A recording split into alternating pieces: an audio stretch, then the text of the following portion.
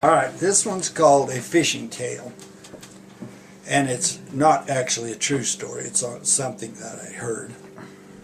There's a little town called Cripple Creek, way up on the hill. There's a fishing tale the locals love, and folks repeat it still. Seems the fishing wasn't all that good, and lots of folks contend there weren't no fish left in the lake, the fishing's at an end. Then one day this boy walks down the street with a string of lovely fish. They were big and fat and shiny as anyone could wish. So it seems a stranger on the sidewalk, he up and stopped the boy. He said, "Those are some handsome fish. 'Twould fill my heart with joy if you could show me where you caught these fish that you've got here, 'cause I would like to try my luck. I've got the latest gear. And I would pay you $20 to guide me to your spot, so I could catch some fish like these. It really must be hot." So the kid said to the stranger, "I guess I could do that, but I'd like to have the $20 in your new Stetson hat. Meet me here tomorrow noon and don't be late, and I will show you how to fish and I will bring the bait." The stranger said, "My name's Bob Stone. You've got yourself a deal. I can't wait to feel the pull, hear the singing of my reel."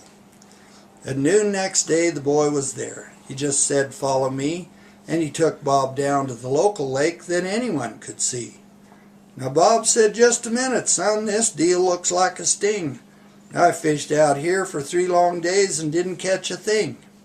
Kid said, "Bob, I'll tell you straight, you could stay out there a week. Never catch a single fish. It's all in your technique."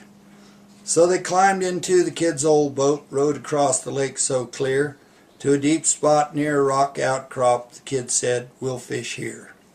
"Well," Bob said, "what shall I use to catch those big ones, son? I've studied all the hottest lures and I've got every one." But the kid just smiled and shook his head, said, "Just watch and wait.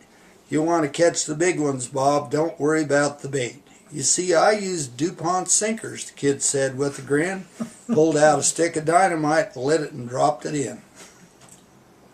Soon there was a muffled thump and the boat began to rock as the water surged around them, whipped up by the shock. And old Bob sat there speechless with his eyes about to pop as the fat and shiny lunkers drifted slowly to the top. Kid said, "Bob, let's scoop 'em up quick 'fore they revive, and only take the biggest ones, we'll leave the rest alive."